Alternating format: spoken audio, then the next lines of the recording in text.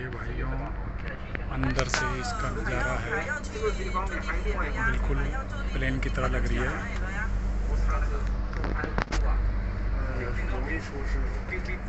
ये देखो